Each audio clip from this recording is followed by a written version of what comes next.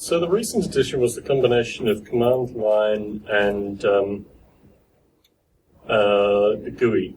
So if you've only previously seen the GUI, have you looked at the command line version at all? But keep in mind, I looked at that years ago, so... Okay, so, sorry, desktop. So I'm currently in this directory. This is just a regular garden variety version of the simulation. But you can also, and this again is a little bit of, CD simulation. It's a bit of Apple, but you can actually look inside and run a command line within it as well. So what I've done is expose the command line to, and from that you get both the command line simulation and the actual simulation. Now, for the stuff that you were talking about, so let's just do the basics again. What you have in Noble Ape is a variety of different simulations. There's a landscape simulation, so you can change the landscape randomly, or you can feed the landscape in. There is a weather simulation. There's a biological simulation associated with what the apes are eating. And then you have the apes themselves.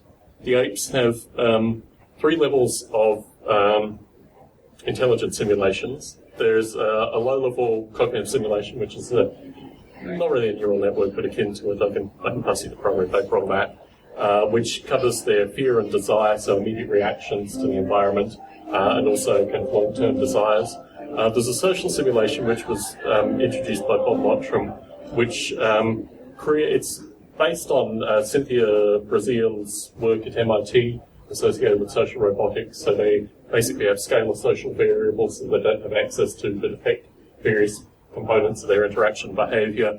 And then there is also language simulation, which governs both the language that they speak and also their internal cognitive language, so they can have internal cognitive dissonance, and also they can spread rumors amongst each other and do all these kind of things. So the easiest way to do it is just to run, unfortunately I probably should have done this first, run about 10 days worth of the simulation, because then you get the basis. So I mean, this is just a standard... that's the brain. Yeah, that's the reactive cognitive simulation running. So as you see here, there are communities of. I probably should have given you the initial listing just so you got a sense of what was available through the command line. You can turn the weather off. So all the apes have multi-barreled names as well, and the way that you access them through the command line is through their names, which represents their familial relationships as well. It also makes it very easy in terms of understanding family groups and various social dynamics to give them real-world names too. So what you see forming is the kind of creation of tribes, which are more than just family groups. They also, obviously, because you have these 3 levels of cognitive simulation, they have a number of elements that go together in the tribes and the interaction. But once this is stopped after 10 days, we'll be able to actually go through the command line and do a full interrogation of what's happening. So the plan is, there's already an OpenGL version, but the plan is to have other graphical means of looking in the simulation. The social graph aspect is really fascinating. So there's a social simulation, as I described, but it also creates a 2-dimensional currently graph of social groups. So you can see the apes, and what happens is that due to a rumor or a fight or some dispute, you'll see trajectories outside social clusters, and then you have this amazing, you have groups of apes that are deciding, do I go to the radical ape that's been ejected from the social cluster, or do I stay? And you see this represented graphically as well, which isn't shown here, but it's another interesting way to view the simulation. And over time, you get to see very interesting patterns. The narrative engine has an element associated with anecdote and rumor. So the narrative engine is similar in some regard to Vita in terms of it being a kind of low-level bytecode program that's executed and repeated. And through that, you've got the injection of things like, the addition of rumors and additional things that basically filter into that as well. Could they be active through the night? Because I whenever it turns night, they have this dissociative. Certainly. So they sleep, and the sleep state for the basic cognitive simulation changes the underlying dynamics, which is the dream state, basically, which dissolves the previous. So you could actually put them to sleep. So it's not that they change into a sleep mode actively. There's a transition through the dusk period, basically. There are a series of factors like hunger and other things, or if they sleep on the coastline because there are tides and what have you, they can be woken up by the waves and these kind of things too. So there are a variety of factors that keep them awake. There's also a potential for them to, I'm not sure whether the narrative engine has elements that would keep them awake as well. The narrative engine has changed quite dramatically, the idea of the internal narrative, and they now maintain, I think it's the 12 top apes that they're in contact with. They will maintain like internal simulations associated with the people they interact with, or the apes they interact with the view that they can develop really rich phobias and kind of nemesis relationships and these kind of things with other apes purely based on very short periods of contact and running away with that experience and how it continues to run. And that's originally it was a one-to-one correspondence, and now they maintain an internal view of, basically. They also have an internal view of themselves. So they have this kind of self-reflexive narrative as well that goes on. So we're stopped here. Let's expand this out. So what we have here is just, and this is interesting because this was just pump up the text. Here you go. Let's go. Make it slightly easier to read. Let me know when you can read it. Is that good? Okay, let's. One more. Well, let's give it two more. Okay. Yes. So here you have the name, the sleeping state. There's an internal biological system that measures everything from breath rate, heart rate, urea, and various other internal factors, full digestive simulation. This is the honor relationship, which comes from the Cynthia Brazil work, and it's an internal. It's not a view of honor that the ape can see necessarily, but other apes can sense it, and it's affected. Initially, it was a currency associated with grooming. So basically, the apes would groom each other, and they would build up honor and representations. But it's slightly more abstract now. Height, direction facing. This is the real part. They have 4 drives: hunger, a social drive, a fatigue drive, and a sex drive, which are all again scalar values which are built on. They maintain attention to a certain part of the body through certain interactions, and they also, reflect on relationships that they're having at any given time. So this ape is sleeping currently, so dreaming about her father in these circumstances.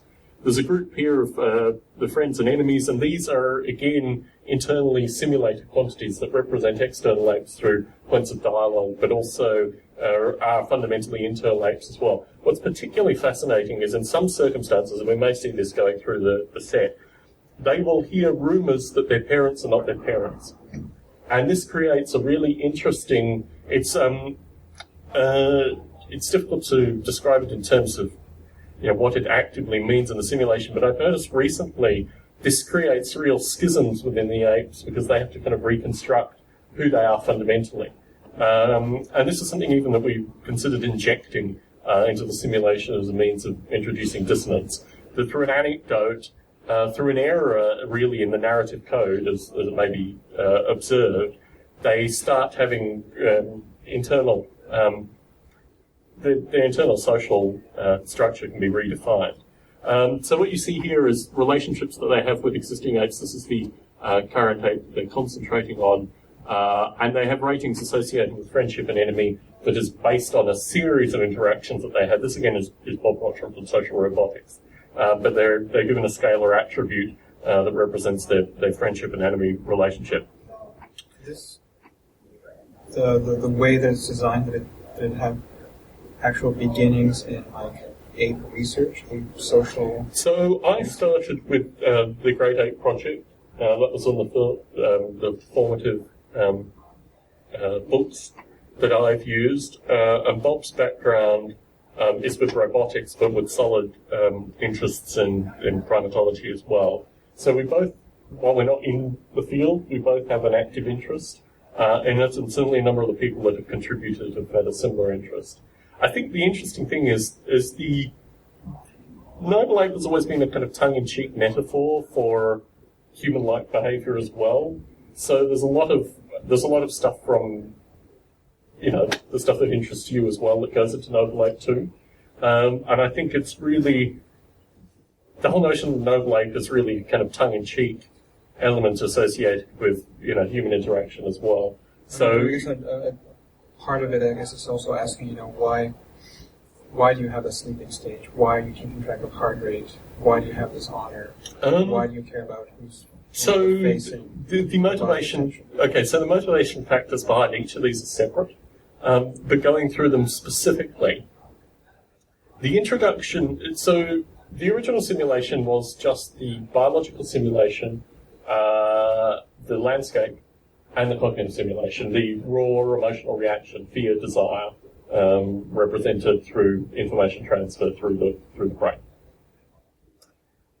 From that, I had a relatively rich simulation, but it wasn't necessarily particularly applicable. I mean, some of the aspects of cognitive simulation may have been applicable to what you were doing. And then through Bob Notram, this roboticist from the UK who's been involved with the past 2+ years, his interests were in robotics, in social robotics. So he brought in initially the drives and the honour associated with grooming, with the view that what kind of social structures would this edition create? So these are both, you can both add and remove them. If you're interested in a very specific aspect, and here we're not talking about the heart rate and stuff, I'll talk about that in a minute, but you can see what is a social simulation where you remove the fear and desire element, you remove the reactive element of cognition, and you just maintain honour and drives. What comes out of that? It's you can add and take away these things to see what it produces in the kind of long-term simulation. So, although now you're right, it is a kind of smorgasbord of ideas in this light, the ability to remove these things is also there. And that's really an interesting point associated with its use, that you could remove everything but one of the components, and the beauty is that all of the components are intertwined but not dependent. So, for example, the narrative engine has inlays, very strong inlays into the cognitive simulation for getting reactive elements, some interaction with the drives and honor, although they can't have primary knowledge of those things. But, you can take away any of those parts and the other parts will still function. In terms of the internal organ functions and things like that, there's been half a dozen MDs that have followed the simulation since the get-go, initially associated with low-lying genetics and mutation and these kind of things. But more recently, there's a kind of broader interest of that aspect of the simulation in terms of, well, what kills a noble ape, for example. So initially, the primary cause of death was drowning. There were various conditions that were, over time, would kill a noble ape of simulated natural causes. But there was nothing evolved associated with that in the simulation. There were genetic components to that, but there was nothing like an internal body simulation, in terms of, understanding aspects. So I'll show you metabolism. But you had to have somehow implemented the fact that it can't swim or something, that water can't too. Mm-hmm. Well, the notion of drowning initially was just associated with the effects it had on energy. So basically they would swim themselves to death in the initial simulation. And then it got considerably more interesting. But the internals of the body simulation are actually now quite... historically also there was a legacy, quite complicated. Historically there was a legacy of the Noble Ape approach. So for example, a biological simulation uses quantum mechanics. So what it does is it takes the land wave structure, the shape of the land, and it says, at a given point, what is the probability that a mouse will exist here, or that a tree will exist here, or that some graphs will be here. And funnily enough, through doing basic calculus on the wave function, you can create a probability argument associated with all the species in the simulation. The cognitive simulation, the original reactive cognitive simulation, looks to people like a neural network, but it's not a neural network. It was based on my early AGAR simulation and related to how information transfer occurred through AGAR. And then basically you put kind of sensors and actuators in the cognitive simulation, and then as the information transfers between those, you have the reaction of fear and desire mapped onto that.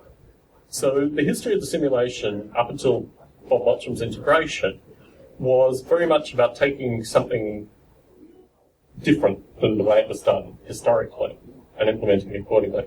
What Bob did was brought a huge amount of, historical interest in terms of Brazil, the biological simulation, the internal simulation that he integrated was historical and associated. I can't think of the academics associated with that. But the thing that interests me then is you can, within this system, the system that was created, the underlying physics of it has a number of simplifications in it. So I think there's more that can come through the internal biological simulation, and actually there could be a new kind of simulation developed from this. So there are many levels to this. But in terms of motivation, Bob's stuff all comes from pre-existing work, basically, that he's integrated. But he came to Noble Ape specifically for that.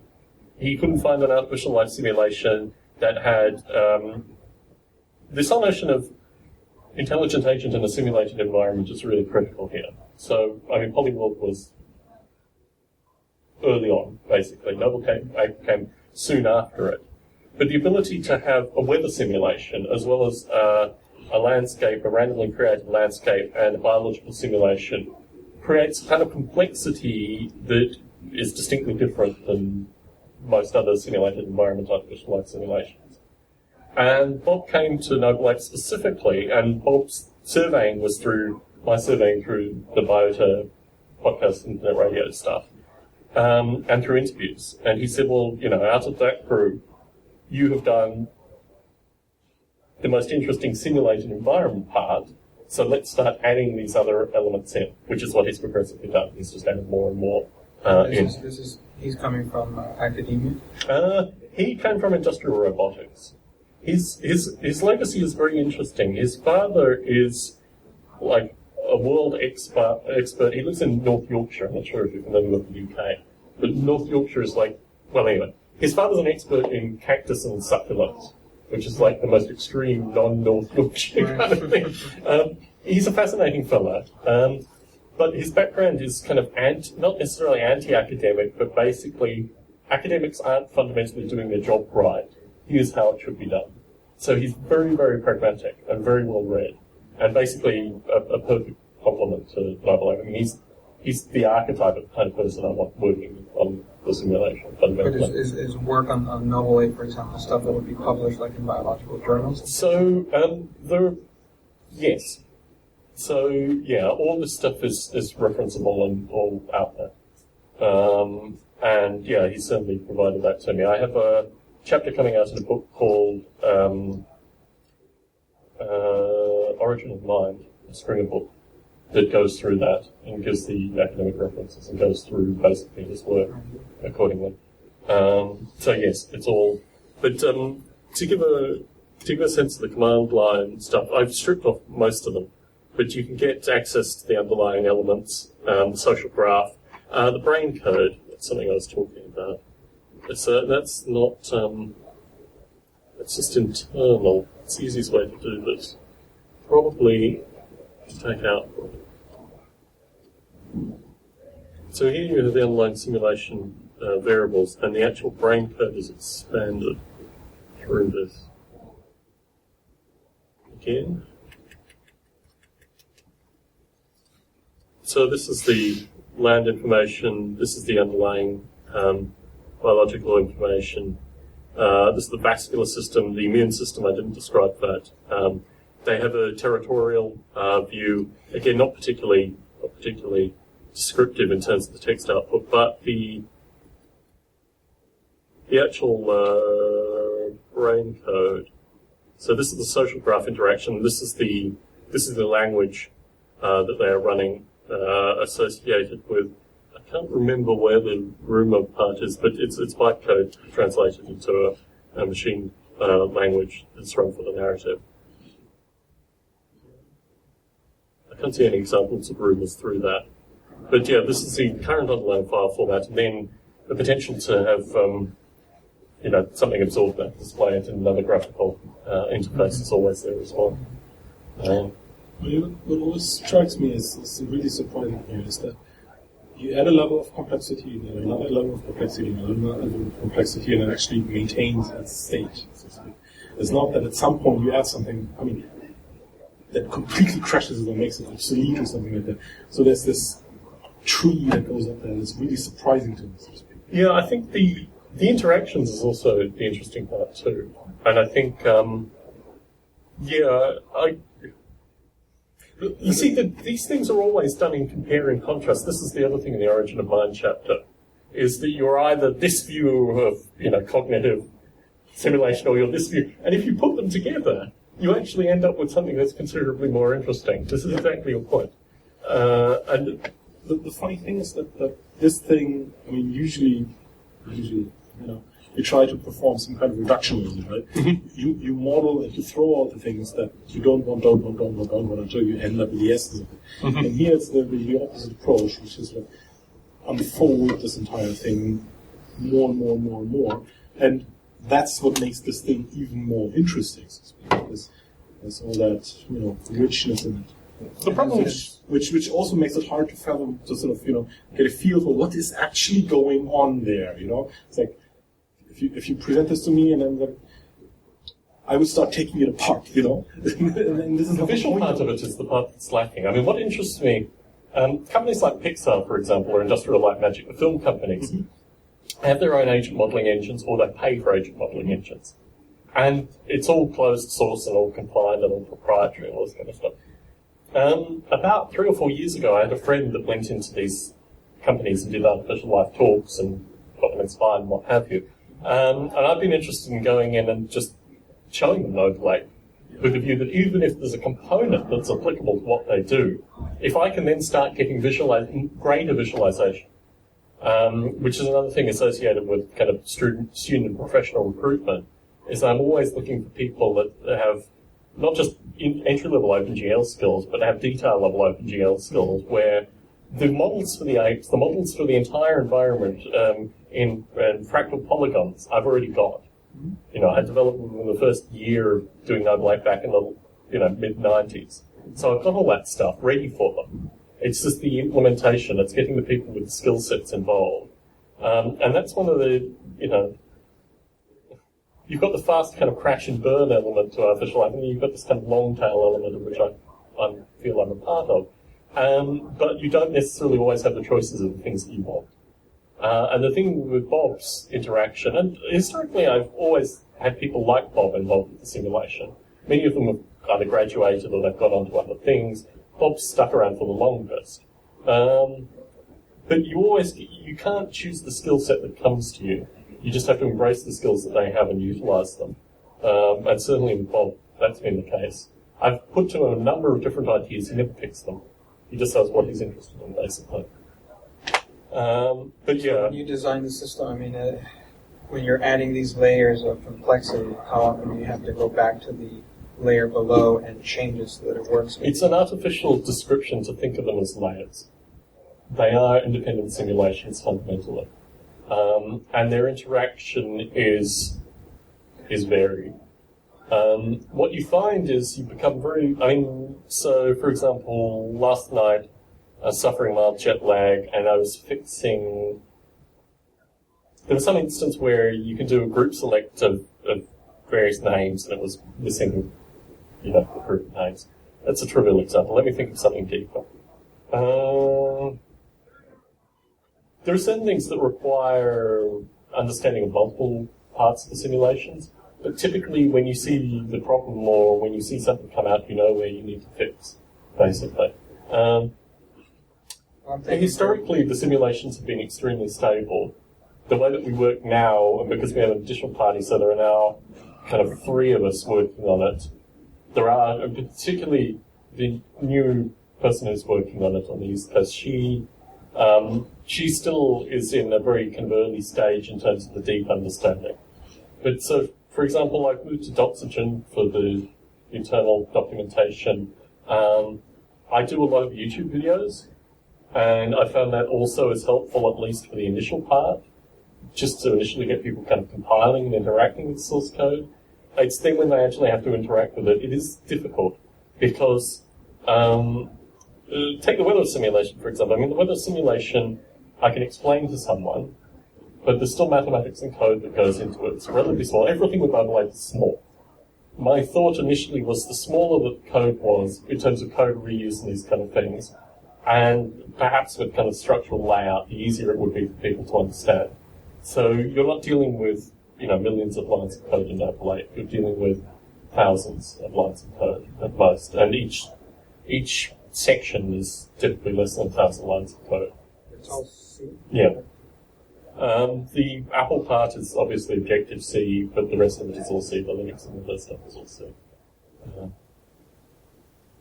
For instance, when you added the weather stuff, how much did you have to go back and change, I guess, the ape stuff so that it would recognize that there's weather? So originally, the weather was hard-coded, and it was hard-coded associated with time and time of year. So the original simulation was far smaller in terms of land area than it is now. And it had a single weather value based on probability and time of year. Winter, summer, what have you.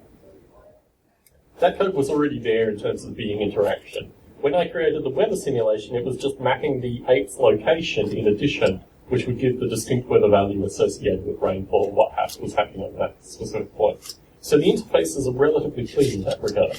That you do have means of, when you add something, there will be something that looks like an existing interface there. You already had like an interface to it, and then you just change the actual weather implementation. Yeah, it's all blind. So a lot of the stuff has a kind of black box element where it doesn't. The other simulations don't need to know about the other simulations, so they don't need to be constantly intertwined. Obviously, there are points of contact, but they're either defined prior to or defined during the development.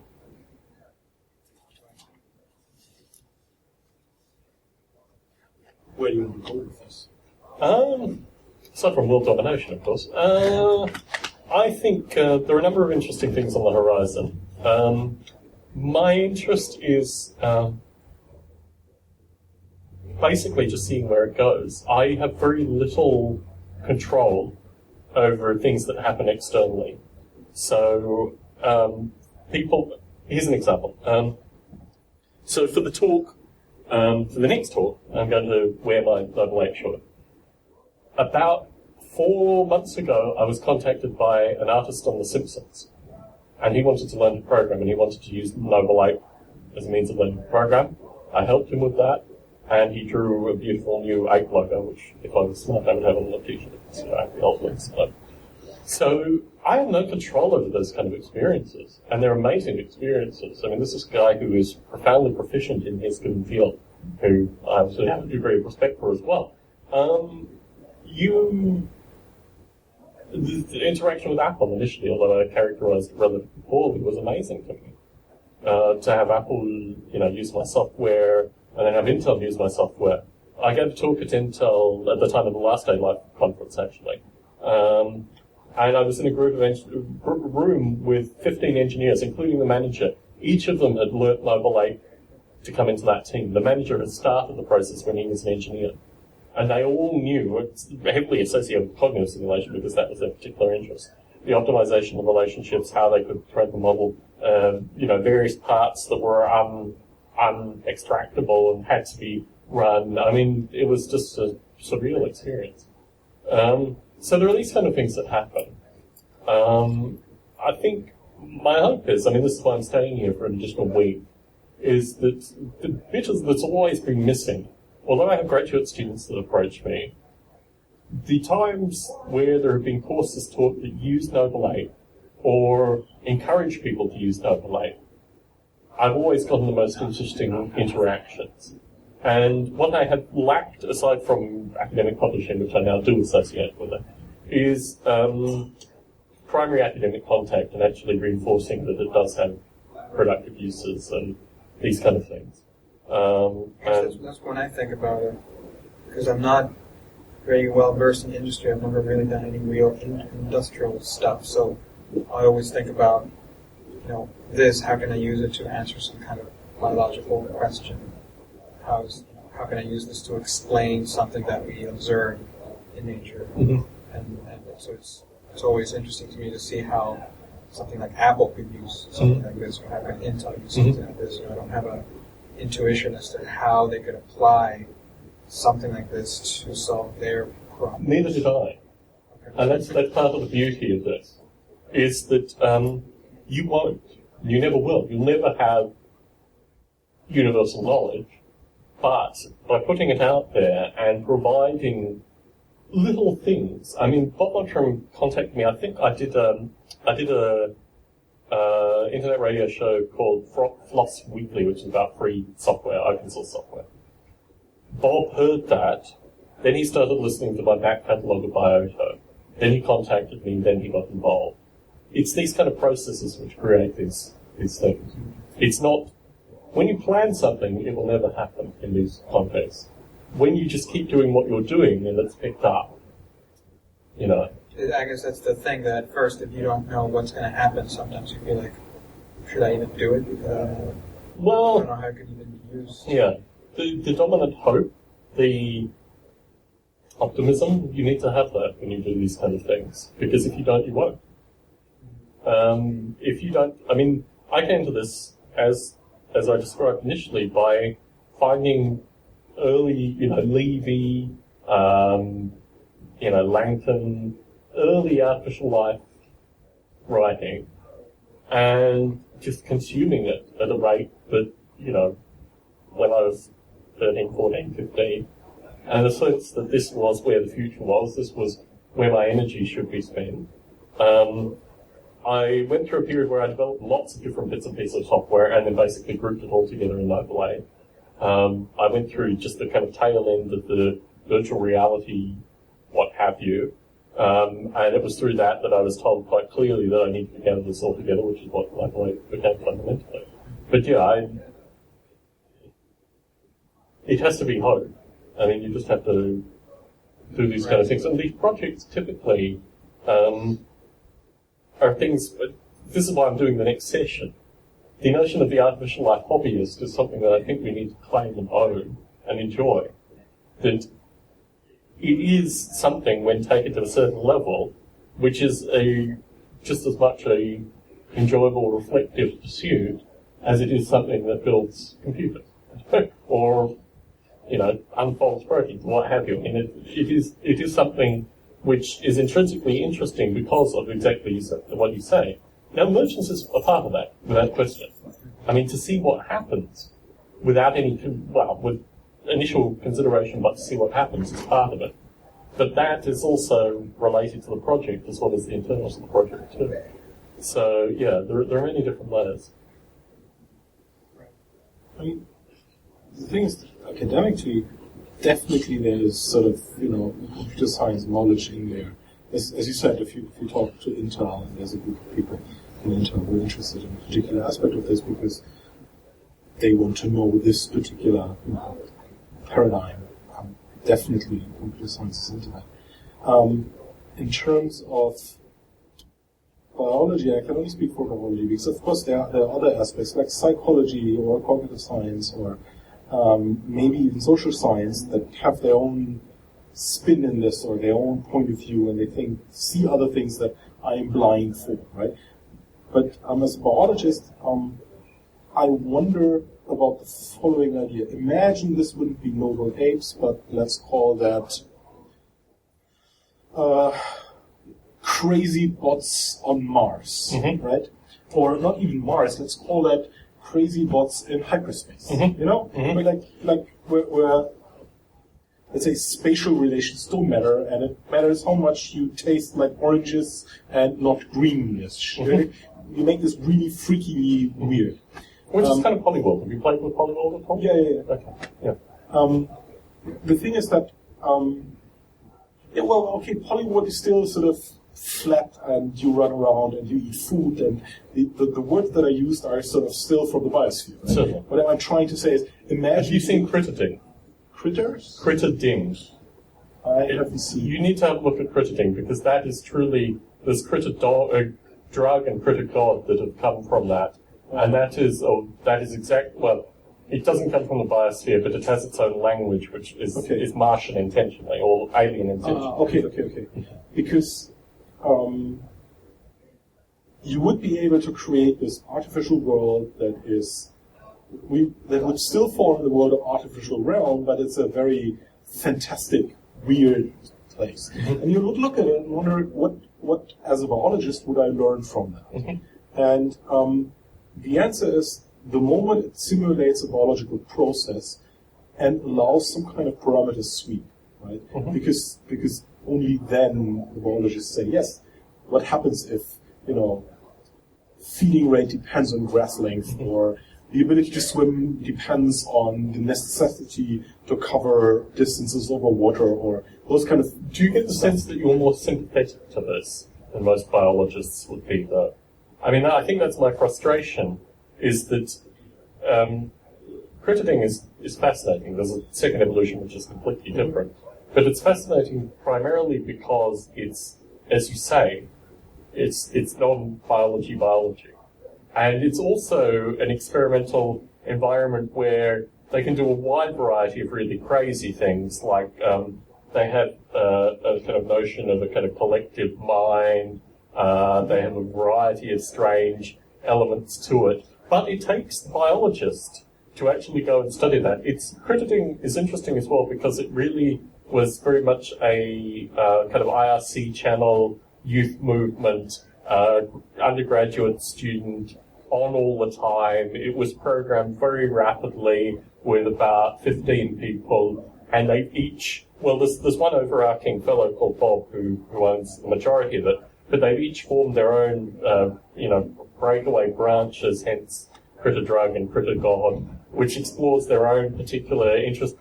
Fascinating project, and I've interviewed them repeatedly because I find, as you say, it is extreme artificial life. It's like an extreme sports version of artificial life. Mm-hmm. However, the reason I interviewed them is exactly so. Some biologist somewhere, even Larry Yeager, ideally with this polyworld, would see the connective legacy and bring them in. And I think the community is a growing and dynamic thing. That doesn't actually happen, however. And the point that I've made to them, because the writing that's been done on this is relatively chaotic, but at least can be collected together, is even if you don't put it together in an academic paper or whatever, do it through Lulu, self-publish it, create an electronic book, give some other means that people can access it. Yeah, so I guess the thing where I want to get at is, it is almost, sort of if I would put it on the spectrum, I would put it very much on the art and social sciences end of the spectrum, maybe even philosophy. Right? Exactly.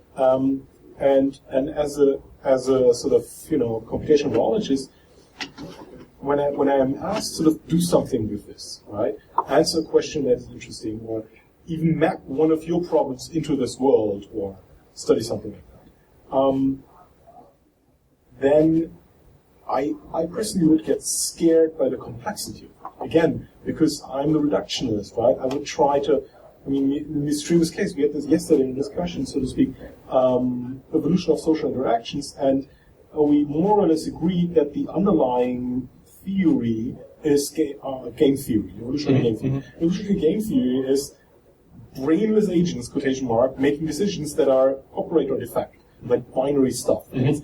It is so fundamentally abstracted that the term social doesn't even apply to it anymore because it's so abstract. But at the same time, we sort of agree that this is probably the underlying structure there. If we understand that, then we can go and make more complicated and higher order things and see how higher order systems might actually diverge from our lower order findings. How that matters. But this one is so high in its complexity that I wouldn't try starting from there. I would always try to make a more reductionist approach. Or I would try to do reductionism so long until I can't get it anymore.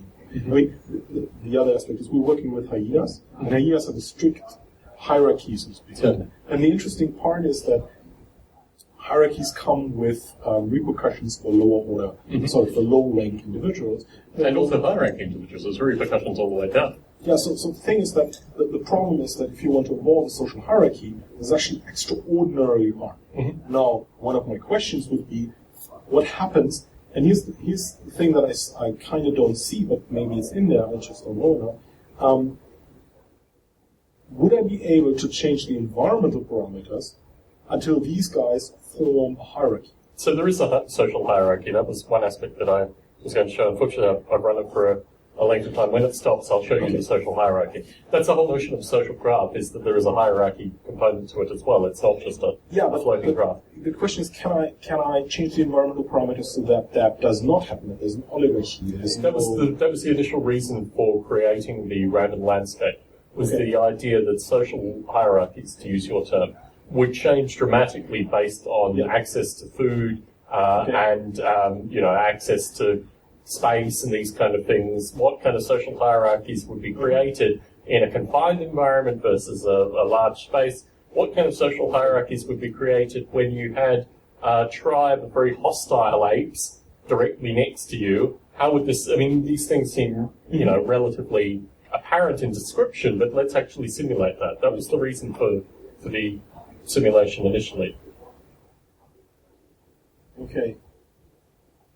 So yes, you can start with the initial constraints, exactly the same genetic noble apes, all the way down, change the landscape to something that's different and see what happens. Okay, and that would evolve into a sort of strict hierarchy or... These are evolving in the sense of not similar to a Vita, right? How are these things evolving? Are they actual individuals that live throughout the whole simulation, or are they dying, new ones are being born, genetic materials? Both.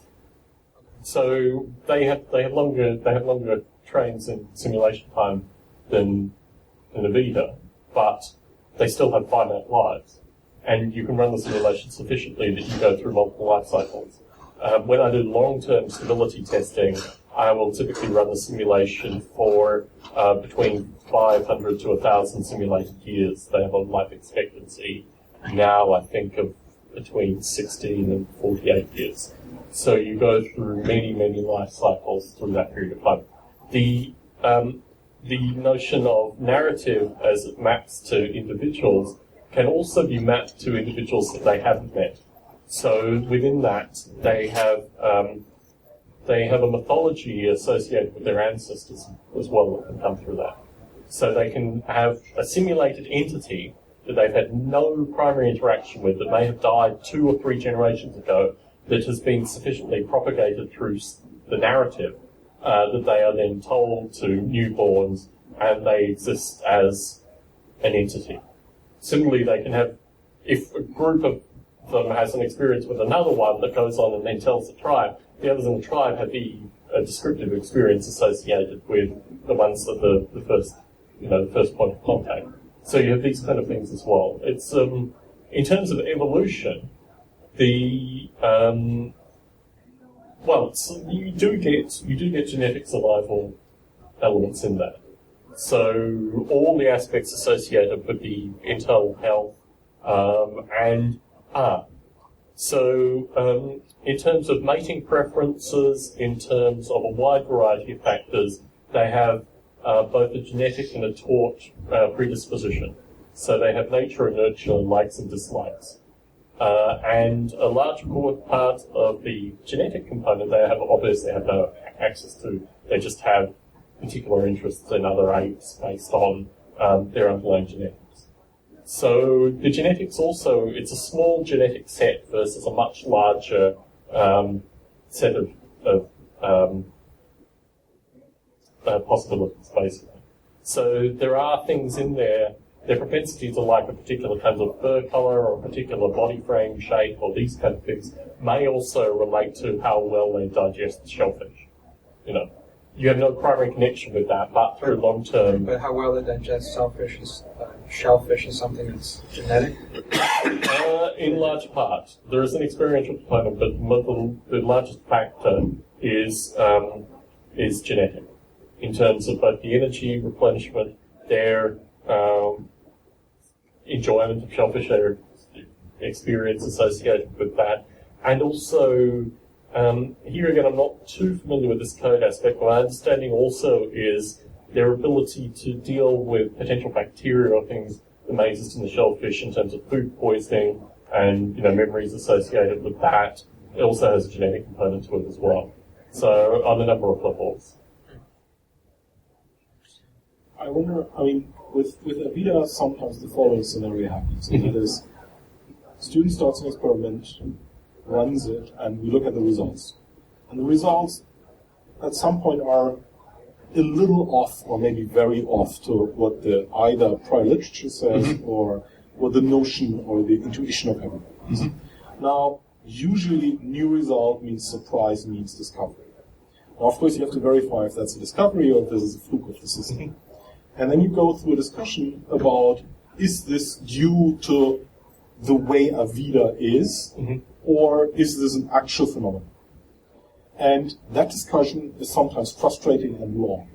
And interestingly enough, I would expect the situation here that there are many, many, many different levels in which I can explain the results, and I would have a hard time finding that out. If, let's say, in the end you reconstruct something and then you say, yeah, that's because all the shellfish is so poisonous. Right? But you could start with exactly the same parameters and just change one aspect and then see how it changes. Right. Exactly. So, but sort of if you want to sort of market this or use this as an experimental tool, then all these knobs has to be accessible, and there has to be some kind of teaching moment that goes through. You know that as well, right? Everybody who's new in Avida struggles for, a couple of months, and then at some point he speaks Avidian, right? And then knows all the peculiarities, and somebody says, oh yeah, that's because of task 9, or there's so many quirks that we now know because we now work with the system long enough that we can discuss that. Even if we don't work, I don't work on it, and I can still follow all the Avida talks because I know of all the quirks, right? And I think related to that is that a lot of times, because Avida ends up being kind of a complex system, that sometimes it's difficult to fully explain to a biologist, but what we find is that biologists want to understand how it all works, because they need to know whether, they need to be able to themselves, not you just telling them, trust me, they want to be able to figure out whether this is a system that is actually following in the biological literature, the biological theory. That's mainly coming, I worked on C. elegans before, and there's this tradition with Sidney Brenner and C. elegans research, where they were a controller that controlled the world. And Sidney Brenner was really, wow, cool, we can do synthetic computational biology, let's see how the world moves, and then he looked at the code and find a sine and cosine function. And he was devastated because, of course, now somebody programmed the sine motion into it, rather than this being an emergent property. And okay, you have to dial that 40 years back in science, right? That was when he made this astonishing thing. It's like, well, for him, the computer scientist faked something. And from our perspective now, sometimes you have to abstract stuff because it's so much easier. Whatever. Food resources in Avida are food resources that are just moved from a memory location, another memory location, or something like that. It is not that there's actual food in there, obviously. Right? And I think one of the dangers or pitfalls you might experience is exactly this. Are you, quotation mark, programming something in a sense of you model it by hand, or is it an emergent property? And if I, as a biologist, want to use this, I want to know exactly what is, I don't like the word emergent, but what is emergent and what is provided, so to speak. Because then I can get a gist of it, what actually happened, because that's my parameter, and this is what I have to look for. Or this is something that you put in quotation mark, put in there, right? It's like, so on that point specifically, certainly in terms of the historical legacy, you get this with fundamentalist Christians as well. Yeah. You get all these kind of things, and you can frame it in terms of a particular academic discipline or a quack, and basically the same kind of problem persists. My view is, as you described, if the biologist comes to it and wants to answer that kind of question, then that's the biologist's responsibility fundamentally. What I do with Noble Ape is something that's distinct. It's not my responsibility to answer this kind of question, but if you want to come to it and ask that question, then I can show you how you can discover it. But I don't think that should limit what I do fundamentally. No, I didn't want And I think the other interesting thing associated with that, you talk about these elements, and certainly in terms of publishing I've done so far associated with Noble Ape, a lot of it, my background is philosophy and physics, it's not computer science or biology. But a lot of it is to satirize philosophical debate fundamentally. And certainly something that interested me through developing Noble Ape was the ability to take two, apparently in the literature, competing views associated with a specific thing, throw them together and see what actually came out. Show firstly that they were not competing, but also show that basically there were two parts of the same argument. Now, with biologists, it's a different kind of discussion. And I think basically what Bob Bottram has done is just source primary work, which is easy. But I think the ability to change a specific factor, run the simulation, see what comes out of that, do it, n times within different parameters and find these kind of things is something that, an academic would enjoy clearly. But I don't see that as being part of I understand that's what you're saying, but it's always important to make that distinction. Because I think coming to this in terms of historical legacy, I've been doing this for 16 years, by the way. The notion of existential respect and the way that these things exist is very important. This may appear as a idiosyncratic game or toy or something that's cute or, ethereal on some regard, but it's taken a lot of hours and a lot of effort and what have you. And what would interest me is if biologists actively did as you described and actually came to these artificial life systems because they are out there and studied them as they would biological That's what I learn. would have to do. If I wanted to use this system for my biological research, I would have to come in and try to understand how everything is working, because I'm going to have to explain it to biologists. Why is it that the system is fitting into their theoretical model? Or why is it not? And why is What's missing from the theoretical model? Because, this is the point with complexity, is that if you have multiple complex simulations, you're probably not going to get quite the same reductionist perspective, because you will actually see and this is another thing, there's this notion of simulation science, which is fascinating in terms of you need, aside from all these simulations that are going on, you need to have a language and a mathematics that can describe complexity adequately. And these are two things that are lacking currently. That when you have a layer in complexity, it's even more problematic because, as you say, you want to reduce down to, but sometimes it's never the case. It's okay. I guess sort of when I understand your approach, when you say this is now another biosphere, so to speak. It's also interesting. You can use the biological tools to dissect it and so forth. And in this moment, you might actually go and sort of apply this to a different, not audience, but there's a different approach that you can follow. And that is, how do you teach in an abstract way science? Because science will work on Mars, on Earth, on biosphere, in Noble Ape, the same way. It's the same basic principle. Now, well, there is a principle. Yeah, sorry. I mean, no, I'm saying it's not the same basic principle, but there is a principle. Yeah, if I cannot understand Noble Ape through science, something would be very, very interesting philosophically, but at the same time, we don't think so. We think we can understand that with science. And in this moment, this becomes interesting as a teaching tool. You can say, yes, we talked about genes and knockouts and reductionism and so forth. Tell me what's going on in this black box. In this black box is Noble Apes, for example. And then you start dissecting it. As you said, if I want to sell this to a biological audience, I have to dissect it and explain that this actually is like phenomenon that we observe. So I think you were, even before the results, I meant like the actual system itself, the way it was designed.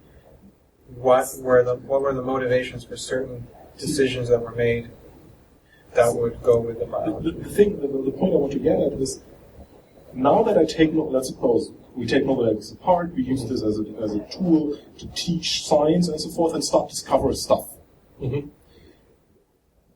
Then this matters to biologists. I mean, keep in mind, I think every science is interesting, and I'm really the least applied person in the world.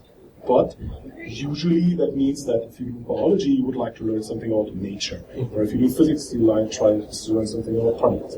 I don't care. Now there's another system where you try to learn something about Noble Apes.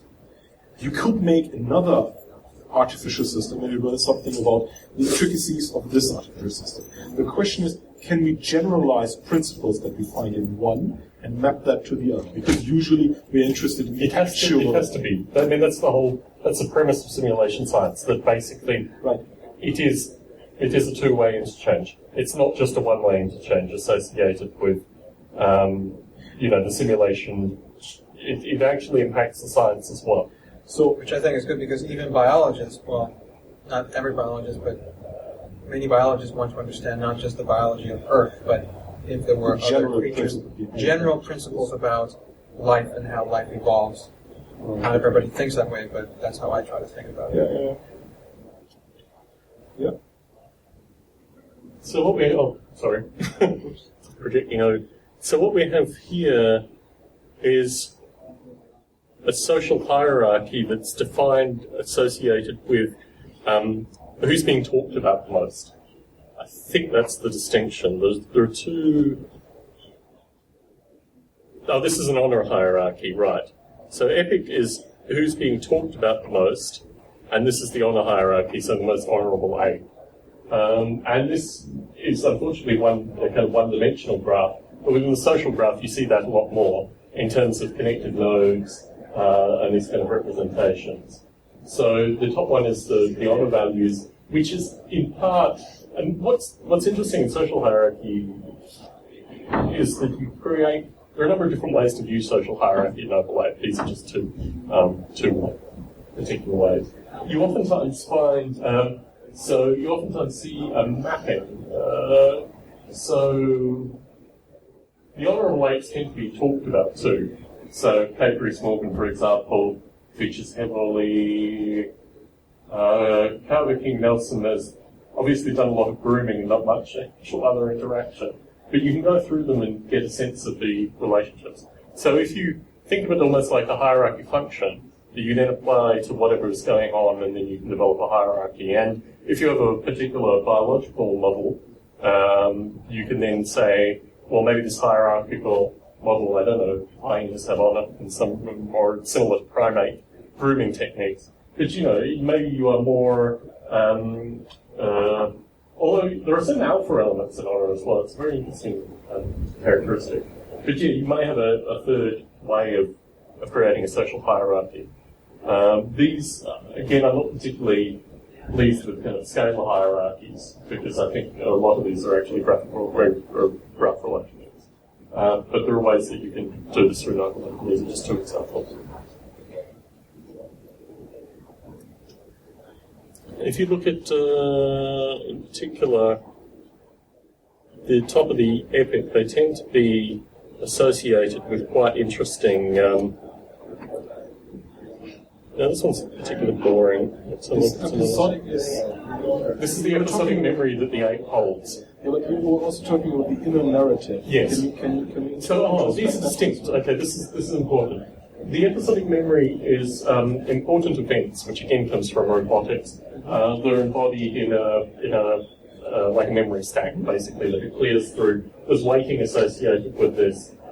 This is separate to the narrative. The narrative reflects on the episodic memory. There's various points of access, but it's really like a driving program that relates to their movements, interactions, their obsessions, and they can actually, from the narrative, they can add back episodic memories. So, if they hear an anecdote, let's see if we can find an anecdote as well. Just to accept this. Actually, her father and her son are enemies of her, right? Mm-hmm. Okay. Oh, yes. So this means that this is an artificial thing. This is exactly what I was talking about. This is an artificial injection. Her actual father is not this person, this ape. The fact that it says father of means that her alignment to her original father has changed. So some apes have told her that Mercy Mason Butler is her father, even though he is not correctly her father. And through this narrative, this ape has also become her enemy. Okay. We're not looking at we're not looking at Kate Mason Owen. We do, I think. We're looking at another Kate. Or maybe.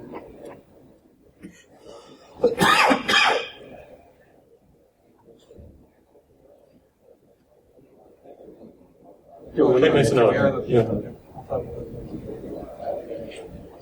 Yeah. So the written narrative part of the narrative engine really interests me, where you've got this kind of byte code, but it can actually be written out in human language as well. And the idea that you could get text documents, I mean, this is a simple version of that, but you expand on it and you talk about their interactions, and they provide an internal narrative associated with this. Provides very interesting writing. Right. And I think I talked about graphics in terms of a potential window. Written output from Noble Ape is another area that interests me. I'm interested in aspects of I mean, think about you meet NSCs in a adventure game. Mm-hmm. They're all boring, right? Mm-hmm. In a sense, because somebody had to invent like hundreds of them. What's this joke? I was in the watch guard, I was shot in the knee, right? That's the joke. You encounter that NSC all the time. Whereas this one would actually make a very rich background, so to speak. Certainly. Yeah. Yeah, I mean, the thing is, we were talking about that yesterday, that it's like, open-ended evolution is a great source of stuff, so to speak, and content, actually. And we'd love to have that. This is the kind of stuff I would love to work on, because I have an interest in gaming. If this could be applied to something like Skyrim, and all the characters that you're saying, and build a good history behind them, because they're all so boring, what the they're point doing. about this that really interests me, and so there was always a problem described to me that once you have this kind of complexity, you also have a kind of sphere of reference, which is the problem in game. That basically you need to compute the complexity for each individual entity as well. There's no easy optimization because basically as the games expand, the additional narrative expands. You need to simulate battles and killing and what have you.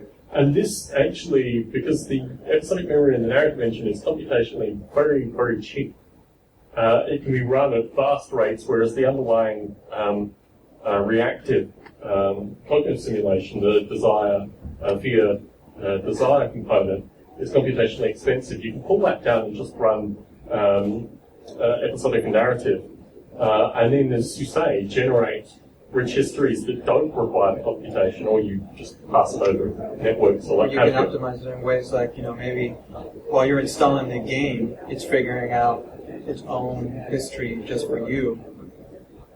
Exactly. Or I wouldn't mind paying more money for a faster CPU so I can get this kind of better experience, just like people would pay expensive graphics cards to get the better graphic experience. This episodic memory actually makes sense, right? I remember a friend of mine in school wrote this like half text, half NetHack type adventure, which everybody in the school was able to play the same instance. It was kind of cool to do that. And the fun thing is there were hints that were dropped. And these hints were like the spoons in the kitchen. The kitchen is where north is. North is always where the sun goes down. Mm-hmm. The sun is blue. Blue things you track other stuff. And there were these quotes that were dropped in building the game, and they were deliberately made in such a way that they were never ever in a conclusion whatsoever. They were just consistent within the text, so there's no blue can never be red, morning can never be evening, kitchen can never be the floor. Those kind of concepts were consistent. Sort of prologue kind of. It was really weird because at some point we heard guys in other class exchanging information about the game, saying, "Yeah, have you seen? I got the fork in that thing in the other one. Oh yeah, the fork means." It was completely BS, right? As long as it was consistent, it was super interesting. Yeah. And once in a while he said, "Okay, nobody solved it. Let's reset." And there was no solution. It was just fun playing, and nobody ever mastered the idea that it's completely artificial thing as long as it's consistent, right? And this stuff is consistent. And on top of it, it actually makes sense rather than like a completely fake construct. Yes, the ability to replay from specific points and a variety of other things. Are you guys staying for the following, or are you going I wanted to go to the talk from Gail. I think not Gail, but the. It's been a pleasure. I didn't get your name. I'm sorry. Cool. I'll be in contact. I'm going to be around. Definitely. Wonderful. So you'll be around the Lincoln area? Yeah, for a remaining week and doing this kind of I stuff. don't know how busy your schedule is, but maybe we can Completely open. schedule it. So by all means, email me and we'll get it done. Okay. Sunday evening, so you should. Cool. Definitely. It's been a pleasure. Thank you. Thank you.